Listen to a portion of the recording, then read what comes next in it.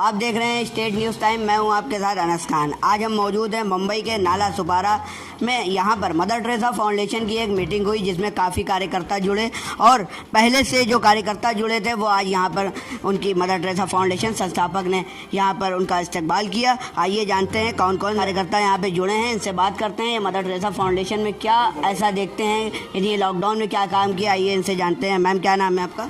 नमस्ते, मेरा नाम प्राजक्ता चक्रवर्ती है। मैं नागपुर महाराष्ट्र से हूँ। मदर टेरेसा फाउंडेशन में मैं महाराष्ट्र प्रदेश महासचिव की पोस्ट पर हूँ और हमारा जो मदर टेरेसा फाउंडेशन है इसकी बुनियाद हमारे संस्थापक सर ने रखी हुई है और उनका कहना ऐसा है कि जितने भी मजहब है, पिछड़े लोग हैं, उनके हक की आदिवासी, दलित और ओबीसी वाले और 12 टाइप के हमारे कोऑर्डिनेट कमेटी बनाए गए हैं। उस तहत हम सभी कौमों के लिए हक की लड़ाई लड़ते हैं ताकि सभी राष्ट्रीय एकता बनी रहे, भारत देश फिर पहले जैसा खुशहाल रहे, इसलिए है। और लॉकडाउन के पीरियड की वजह से हम लोग थोड़े काम में कम हो गए थे, लेकिन हमने काफ़ी सोशल वर्क हमारे नागपुर में भी किया है। उसी प्रकार आज जो मीटिंग अरेंज की है। बहुत बहुत शुक्रिया मैम। मैम आपका क्या नाम है? मैं हूँ राजेश्री पाटिल, नागपुर से हूँ। मदर टेरेसा फाउंडेशन में मैं महाराष्ट्र चेयरमैन पद पे मुझे सर ने नियुक्त किया गया है। मैम जो बीते दिनों लॉकडाउन गया है और भी कई चीज़ें हुई, उसमें क्या रोल रहा आप? सर हम तो नागपुर से बिलोंग करते हैं, पहले से ही हमारी संस्था चलती है। वो लॉकडाउन के 5 महीनों में हमने बहुत लोगों की सेवा की है और जब से मदर टेरेसा फाउंडेशन से जुड़े हुए हैं हमें लगता है कि मज़हब धर्म कोई देखते हुए हम इंसान को इंसान समझे और अच्छे से सबकी मदद कर सके, सबके हक के लिए लड़ सके, यही हमारा एक उद्देश्य है। से मुलाकात हुई, क्या ये अपने कार्यकर्ताओं से कहना चाहेंगे और नाला सुपारा के लोगों से? मदर टेरेसा फाउंडेशन पूरे देश में 11 सालों से चल रही है और हर धर्म, जात, समाज के लोगों को बड़ी तादाद में हम लोगों ने पूरे देश में जोड़ा है। हमारा एक संदेश है देशवासियों के नाम कि सब लोग मिलजुल कर एक दूसरे की लड़ाई लड़ें, एक दूसरे के दुख सुख में काम आएँ।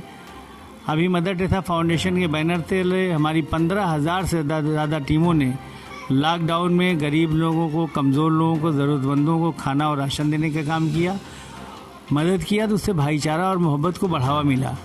हम फ्री मेडिकल कैंप लगाते हैं।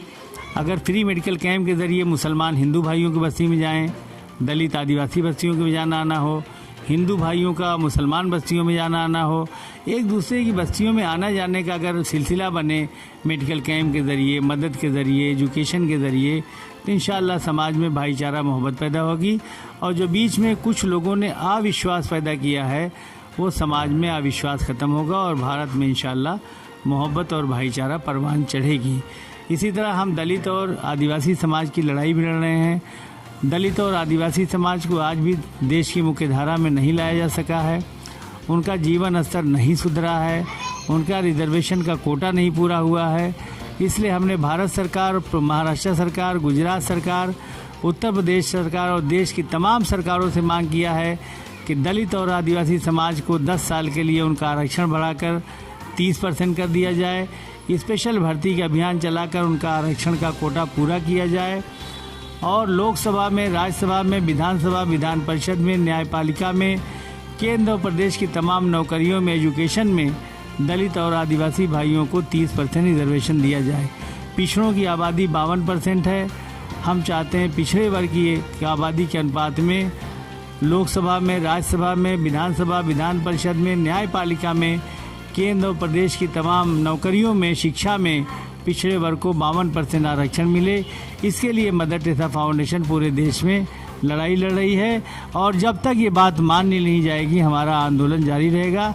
हम आखिरी संदेश आज के आपके ज़रिए से नाला सुपारा से, बम्बई, महाराष्ट्र से पूरे देशवासियों को देना चाहते हैं और ख़ास तौर से मुसलमानों को देना चाहते हैं कि जितनी नफ़रतें पैदा की गई हैं सब मुसलमानों के ख़िलाफ़ पैदा की गई हैं। इसलिए उन नफ़रतों को घटाने के लिए, ख़त्म करने के लिए मुसलमानों को आगे आना पड़ेगा। हमने एक स्लोगन दिया मुसलमानों के लिए, तमाम कौमों के लिए, और स्पेशली मुसलमानों से कहना चाहते हैं कि महीने में 30 दिन होते हैं, महीने के 25 दिन आप अपने लिए, अपने समाज के लिए जिएँ और महीने का 5 दिन का वक्त, 5 दिन की आमदनी हिंदू, सिख, ईसाई, बौद्ध, पारसी, जैन, दलित, आदिवासी दूसरी कौमों की भलाई के लिए खर्च करें, उनकी बस्तियों में आए जाएं। तो इंशाल्लाह हिंदुस्तान बदल जाएगा, नफ़रतें ख़त्म हो जाएंगी और बड़ी तादाद में लोग जुड़ रहे हैं। महाराष्ट्र में बहुत बड़ा संगठन है, लेकिन चूँकि 1 साल से लॉकडाउन और कोरोना के नाते आना जाना नहीं रहा, थोड़ा एक्टिविटी कम रही, लेकिन लॉकडाउन में मदद करने का काम अच्छा हुआ है और लोग जुड़ रहे हैं और काफ़ी बड़ा मूवमेंट इंशाल्लाह बनेगा। सर, जैसा कि अभी सुनने में आ रहा है कि कुछ किसान शहीद हो गए हैं दिल्ली में, आप उनके लिए क्या कहना चाहिए?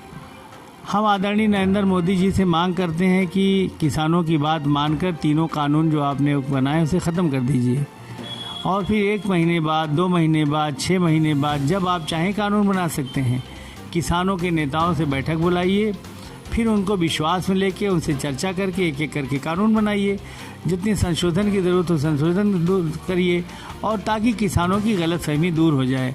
नहीं तो 1 महीने से ज़्यादा हो गया पूरे देश में किसान आंदोलन चला रहे हैं और 55 से ज़्यादा किसानों की ठंडक से मौत हो चुकी है दिल्ली में। बहुत दुखदाई है। आदरणीय नरेंद्र मोदी जी, आप बात मान लेंगे तो आप छोटे नहीं हो जाएंगे। इससे किसानों की बात मान लीजिए, वो अन्नदाता हैं और आंदोलन ख़त्म करा दीजिए और 1 महीने 2 महीने बाद किसानों के नेताओं से बैठक कर करके एक एक चीज़ पे चर्चा करके, पार्लियामेंट भी है और अभी आपका कार्यकाल 2024 तक है, आप जब चाहेंगे कानून बना देंगे। इसलिए मांग करते हैं कि किसानों की तीनों बातें मानकर तीनों कानून ख़त्म किए जाएं, MSP लागू किया जाए और आंदोलन को किसानों का ख़त्म कराया जाए। यहाँ पर हमारे साथ एक लेडीज़ कार्यकर्ता और मौजूद हैं, इनसे बात करते हैं कि मैम आपने किस तरीके से क्या लॉकडाउन में काम किया है, उसके हमें ज़रा बताएं। अस्सलाम वालेकुम, मैं नजमा खान। लॉकडाउन में सर में से जितना हो सका मैं गरीबों की मदद की। जहाँ लोग नहीं जा सकते थे मैं वहाँ तक राशन खाना वहाँ तक मैंने पहुँचाई। बहुत बहुत शुक्रिया मैम। हमारे साथ यहाँ पर जो मीटिंग के जो आयोजक थे उनसे बात करते हैं। क्या नाम है सर आपका? महताब हुसैन फारूकी। सर, यहाँ पे आपने मीटिंग का आयोजक किया, काफ़ी लोग आए, मदर टेरेसा फाउंडेशन संस्थापक मौजूद रहे, इनकी मौजूदगी में काफ़ी लोग जुड़े हैं, इस पर आप क्या कहना चाहिए? पहले मैं जितने भी लोग यहाँ पर आए, मैं उन लोगों का तहे दिल से शुक्रिया अदा करता हूँ और संस्थापक जी का भी कि वो इस नाला सुपारा आए और हम लोगों के साथ बैठ कर के जो भी अपनी बात को उन्होंने रखा और हम लोगों को बताया कि आगे क्या करना है। ये सब चीज़ों का भी मैं शुक्रिया अदा करता हूँ। और मदर टेरेसा फाउंडेशन के बैनर तले हम लोग गरीबों के जो ये लॉकडाउन में जिन लोगों को राशन तक नहीं मिल पाया था, उन लोगों को जहाँ तक हम लोगों ने पता किया वहाँ राशन बांटने का काम किया। जहाँ पर खाना पहुँचाने का काम था वहाँ पे उन लोगों को खाना पहुँचाया, कपड़ा दिलाया और जो भी ज़्यादा से ज़्यादा काम हो सकता था वो हम लोगों ने किया। बहुत बहुत शुक्रिया। जैसा कि आपने देखा, यहाँ पर हमने कार्यकर्ताओं से बात करी जो कि जुड़े हुए थे मदर टेरेसा फाउंडेशन से। इन्हीं ने बताया कैसे बीते लॉकडाउन में इन्हीं ने काम किया और मदर टेरेसा फाउंडेशन के साथ जुड़ करके किस तरीके से काम करेंगे। स्टेट न्यूज़ टाइम से मैं अनस खान, कैमरामैन ज़हीन खान के साथ।